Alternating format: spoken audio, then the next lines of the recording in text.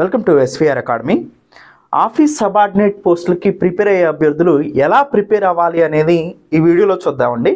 దీన్ని సపరేట్గా చేయడానికి గల కారణం ఏంటంటే దీనికి ఉన్నటువంటి సిలబస్ ఒక కారణం అయితే, రెండోది దీనికి ఉన్నటువంటి క్వాలిఫికేషన్ కూడా దీనికి ప్రిపేర్ అయ్యే వాళ్ళకి కొంత ఎడ్జ్ ఉండటానికి అవకాశం ఉంటుంది.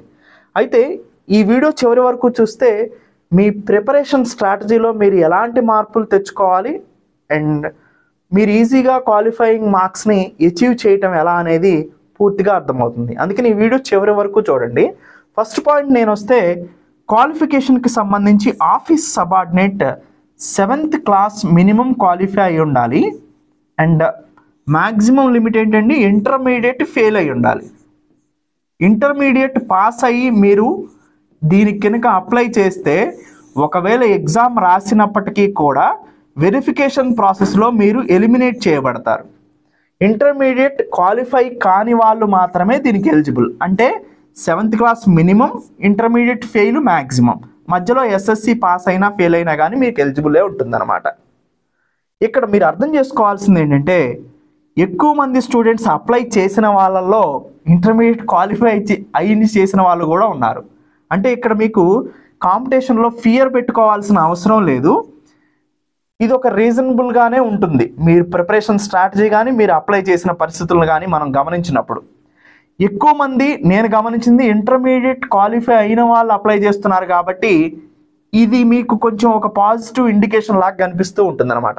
అందుకని దీనికి తగ్గట్టుగా మీ ప్రిపరేషన్ స్ట్రాటజీని కనుక తెలుసుకొని స్ట్రాంగ్గా ప్రిపేర్ అవ్వగలిగితే, సిలబస్ని అర్థం చేసుకొని చదవగలిగితే మీరు క్వాలిఫై అవ్వటానికి అవకాశం ఉంది. సో ఎక్కువ మార్క్స్ సంపాదించడానికి అవకాశం ఉంటుంది. సో ఇప్పుడు సిలబస్ని ఒకసారి అర్థం చేసుకుందాం. జనరల్ నాలెడ్జ్ 40 మార్కులకి ఇచ్చారు. మనం ఎస్విఆర్ అకాడమీలో దీన్ని డీటెయిల్డ్గా ప్రొవైడ్ చేసాం. నేను ఇందాక చెప్పినట్టుగా ఇంటర్మీడియట్ క్వాలిఫై కాని వాళ్ళు దీనికి ఎలిజిబుల్ అన్నాం కాబట్టి 7th క్లాస్ 10th క్లాస్ స్టాండర్డ్స్లోనూ చాలా చిన్నగా ఇస్తారేమో పేపర్ని అని అనుకుంటే అది కొద్దిగా మిస్టేక్ అవుతుంది. ఎందుకంటే ప్రీవియస్ ఇయర్ పేపర్స్ చూసుకున్నప్పుడు అదర్ డిగ్రీ క్వాలిఫై అయిన స్టెనోగ్రాఫర్స్ కానీ జూనియర్ అసిస్టెంట్స్కి కానీ ఇచ్చిన జీకే లాంటి పేపర్ స్థాయిలోనే దీన్ని కూడా ఇస్తున్నారు.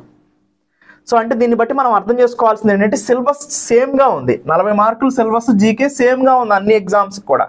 అంటే మీరు స్టెనోగ్రాఫర్స్ తీసుకున్నా, జూనియర్ అసిస్టెంట్స్ తీసుకున్నా, మిగతావి ఏవి తీసుకున్నా కానీ జీకే అనేది సేమ్ 40 మార్కులకి ఇచ్చారు.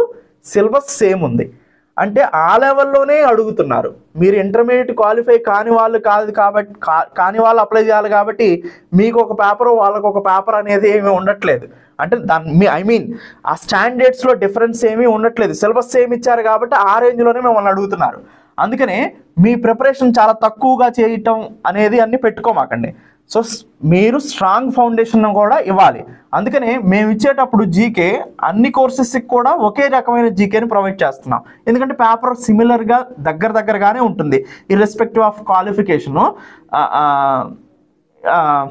సిలబస్ అనేది దగ్గరగానే ఇచ్చారు. మనం అంటే వచ్చిన ప్రశ్నలు కూడా వాటి యొక్క స్ట్రెంగ్త్ అనేది కూడా దగ్గరగా ఈక్వల్గానే ఉంటుంది అన్నమాట. దాన్ని మనం అర్థం చేసుకోవాలి. అందుకని జీకే ప్రయారిటీ మోస్ట్ ఇంపార్టెంట్ అండి. మనకి ఈ ఎగ్జామ్లో జీకే ప్రయారిటీని బాగా ఇవ్వాలి. మనం ప్రయారిటీ 1 కింద 2 సబ్జెక్టులు తీసుకోవాలి. మొత్తం 3 సబ్జెక్టులు ఉన్నాయి మనకి. జీకే, ఇంగ్లీష్ 10 మార్కులు, మెంటల్ ఎబిలిటీ 30 మార్కులు. మన ప్రయారిటీ ఏంటంటే జీకే, ఇంగ్లీష్ అనేది మొదటి ప్రయారిటీ మంది. ఏంటండి మరి మెంటల్ ఎబిలిటీ ఒక్కటే 30 మార్కులకు ఉంది కదా, ఈ 2 కలిపి 50 మార్కులు కదా అనుకోవచ్చు మీరు. మెంటల్ ఎబిలిటీలో మీరు ఎంత హార్డ్ వర్క్ చేసినప్పటికీ కూడా ఎక్కువ సమయం మీరు ప్రిపేర్ అవడానికి ఎక్కువ టైం పడుతుందండి. ఫస్ట్ పాయింట్, మీరు ప్రిపేర్ అవడానికి ఎక్కువ టైం పడుతుంది. రెండోది, ఎగ్జామ్లో రాసేటప్పుడు కూడా మీకు సాల్వ్ చేయడానికి ఎక్కువ టైం పడుతుంది.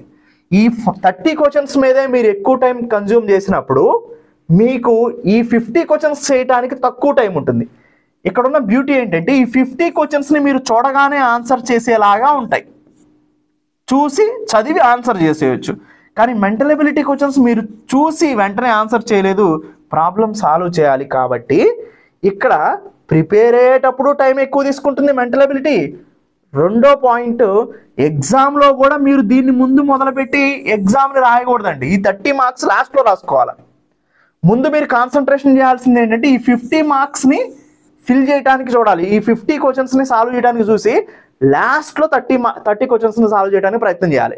అంటే మొత్తానికి ప్రిపరేషన్లో కన్జంప్షన్ ఎక్కువ తీసుకుంటుంది టైము, అండ్ ఎగ్జామ్లో కూడా టైం ఎక్కువ తీసుకుంటుంది. అందుకని దీన్ని మనం ప్రయారిటీ 2గా చెప్పడం జరిగింది.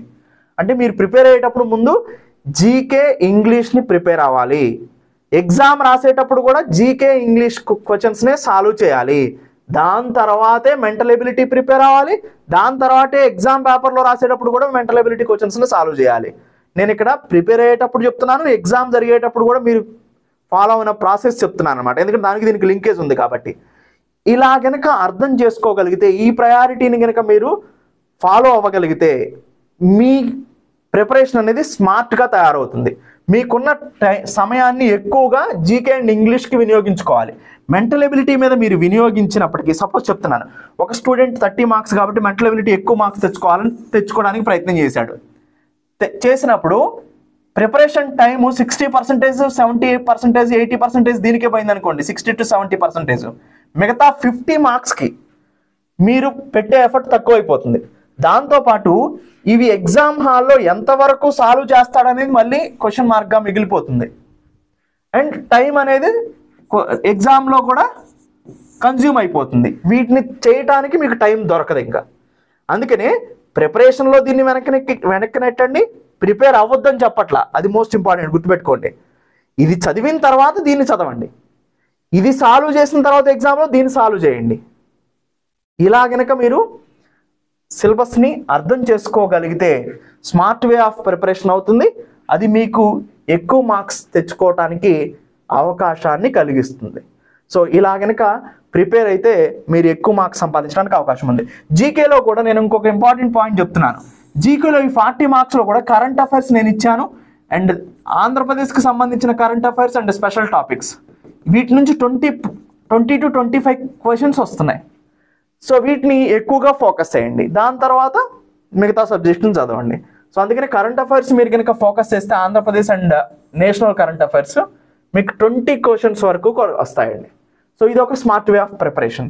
ఇంగ్లీష్కి సంబంధించి 10 మార్క్స్ అని అన్నారు కదా, మనం ఎస్విఆర్ అకాడమీలో ప్రొవైడ్ చేసినటువంటి మీరు సిలబస్లో ఉన్న కంటెంట్ని ఎస్విఆర్ అకాడమీలో డీటెయిల్గా చూసుకుంటే మీకు 10 మార్క్స్కి ఈజీగా 8 మార్క్స్ సంపాదించడానికి అవకాశం ఉంటుంది. యాదగిరి సార్ 30+ ఇయర్ ఎక్స్పీరియన్స్ ఉన్న ఆయన చెప్పారు. ఒక్కసారి మీరు చూస్తే మీకు ఈజీగా అర్థమవుతుంది. దీంట్లో ఇంకొక ట్రిక్కీ పాయింట్ ఏంటంటే, ఇక్కడ ఇచ్చిన సిలబస్లో ఉన్న పాయింట్స్ కొన్నే ఉన్నాయి మీకు ఆఫీస్ సబార్డినేట్లో, దాంతోపాటు మేము కొన్ని ఎక్స్ట్రా కూడా ఇచ్చాం. మీరు ఫస్ట్ సిలబస్లో ఉన్నాయి చదివిన తర్వాత ఇంకా టైంని ఉంటే మాత్రం ఎక్స్ట్రావి కూడా ఇంగ్లీష్లో చదివితే బెటర్. ఎందుకంటే మీకు జంబ్లింగ్ సెంటెన్సెస్లో కానీ, సెంటెన్స్ కరెక్షన్స్లో కానీ, గ్రామర్ పాయింట్, టెన్సెస్ కానీ, ఆర్టికల్స్ కానీ అడుగుతున్నారు, అంటే హిడెన్గా అడుగుతున్నారు అనమాట. అందుకోసమని ఎక్స్ట్రా సిలబస్ను కూడా మీరు ఉపయోగించుకోవచ్చు సమయం ఉన్నప్పుడు. ముందు సిలబస్లో ఇచ్చినటువంటి సిలబస్ని కంప్లీట్ చేసి ఎక్స్ట్రా సిలబస్ మేము ఇచ్చింది కూడా మీరు ప్రిపేర్ కావచ్చు అనమాట. మొత్తానికి ఈ ఆర్డర్ అనేది మోస్ట్ ఇంపార్టెంట్. అందుకని దీనికి తగ్గట్టుగానే ఎస్విఆర్ అకాడమీ క్లాసెస్ అనేవి డిజైన్ చేయబడ్డాయి. మీరు చేయాల్సింది ఏంటంటే, మీకు అసలే మీరు ఇంటర్మీడియట్ ఫెయిల్ అయి ఉంటారు, ఈ మధ్యలో మీరు ఎగ్జామ్స్ రాసి ఉండరు కాబట్టి ఈ కాంపిటేటివ్ ఎన్వైరన్మెంట్ అనేది మీకు కొత్తగా అనిపించవచ్చు. కొత్తగా అనిపించినప్పుడు మరి ఎలా చదవాలండి? ఒక మెటీరియల్ని ఎక్కడన్నా తెచ్చుకొని డంప్ చేసుకొని చదువుకోవటమా, లేదా ఒక 10,000 20,000 MCQs ఎవరో వస్తున్నారని ర్యాండమ్గా చూసుకుంటూ పోతామా? ఇది కాదండి, సీరియస్నెస్ ఉండాలి. సీరియస్గా మీరు ప్రిపేర్ అయ్యి ఎన్ని పోస్ట్ ఉన్నా కానీ దానికి ఒక్క పోస్ట్ ఉన్నా దానికి కాంపిటీషన్ అనేది మీరు ఉండాలి అంటే ఏం చేయాలి అంటే, అందుకని ఎస్విఆర్ అకాడమీలో వీడియో క్లాసెస్ని మేము ప్రొవైడ్ చేసాం. మీరు స్టడీ మెటీరియల్కి డైరెక్ట్గా జంప్ చేసిన, టెస్ట్ సిరీస్కి లేదా క్వశ్చన్స్ని, ప్రశ్నలని మీరు ఆన్లైన్లో చూస్తూ రాసుకున్న, వీటి వల్ల డైరెక్ట్గా మీకు ఒరిగేది తక్కువగా ఉంటుంది. అంటే మీకు ఎక్కువ బెనిఫిట్ కాదు ఇది. ఎందుకు అంటే మీరు కాంపిటేటివ్ ఎన్వైరన్మెంట్లో లేరు, ఫస్ట్ పాయింట్. ఒకవేళ ఉన్నప్పటికీ కూడా ఒక ఆర్డర్లో ఎలా ప్రిపేర్ అవ్వాలో మీకు తెలియదు సిలబస్ని ఆధారంగా చేసుకొని. అందుకని మీరు చాలా రోజులు అయింది కాబట్టి మీ ఓన్ ప్రిపరేషన్ అనేది ఇక్కడ డిజాస్టర్ అవుతుంది.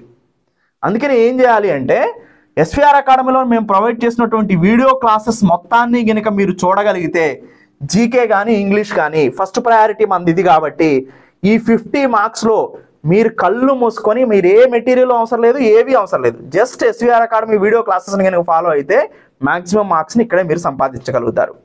సో దాంతోపాటు సేమ్ ఎస్విఆర్ అకాడమీలో వీడియో క్లాసెస్ ఇచ్చాం కదా, దానికి సంబంధించిన స్టడీ మెటీరియల్ని కూడా మీరు కంగారు పడొద్దండి. ఇంగ్లీషు తెలుగు అని కంగారు పడొద్దు, 2 లాంగ్వేజెస్లో కూడా ఉంటుంది స్టడీ మెటీరియల్. వీడియో క్లాస్ కూడా 2 లాంగ్వేజెస్లో ఉంటుంది. మీరు చక్కగా ఆ స్టడీ మెటీరియల్ని డౌన్లోడ్ చేసుకొని వీడియో క్లాసెస్లో ఏదైతే ఇచ్చామో స్టడీ మెటీరియల్ కూడా అదే కాబట్టి రివిజన్ అప్పుడు మీరు దీన్ని చక్కగా ఉపయోగించుకోండి. టెస్ట్ సిరీస్ గురించి వదిలేయండి, 10-15 టెస్టులు ఎస్విఆర్ అకాడమీ కండక్ట్ చేస్తుంది, అనౌన్స్ చేస్తాం, అప్పుడు మీరు రాసుకోవచ్చు. ఇలా ఉంటుంది ప్రిపరేషన్ స్ట్రాటజీ అనేది. మోస్ట్ ఇంపార్టెంట్ ఏంటంటే మీరు కాంపిటేటివ్ ఎన్వైరన్మెంట్కి దూరంగా ఉండుంటారు కాబట్టి వీడియో క్లాసెస్ చూస్తే తప్పితే మీకు ఆ కాన్సెప్ట్ ట్రిగ్గర్ కాదు. మెంటల్ ఎబిలిటీ కూడా అంతే, జీకే ఇంగ్లీష్ కూడా అంతే. మీరు ఆ నాలెడ్జ్ని పొందాలి అంటే వీడియో క్లాస్ చూస్తేనే సరిపోతుంది ఇక్కడ. అది నేను చెప్పదలుచుకుంది ముఖ్యంగా.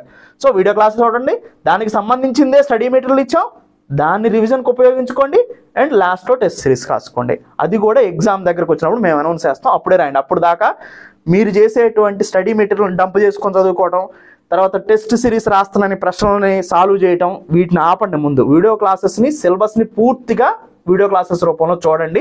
అప్పుడు మాత్రమే మీకు ఎగ్జామ్లో క్వాలిఫై అవ్వడానికి అవకాశం ఉంటుంది.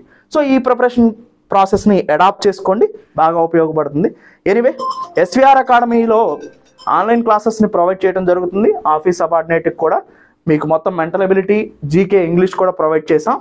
కింద ప్రొవైడ్ చేసిన నంబర్స్కి కాల్ చేస్తే మీకు డీటెయిల్గా ఏ క్వైరీస్ ఉన్నా కానీ చెప్తారు. అండ్ దాంతోపాటు ఈ వీడియో కింద డిస్క్రిప్షన్లో కూడా లింక్ ప్రొవైడ్ చేశాను, ఆ లింక్ని క్లిక్ చేసి కూడా మీరు పర్చేజ్ చేసుకోవచ్చు.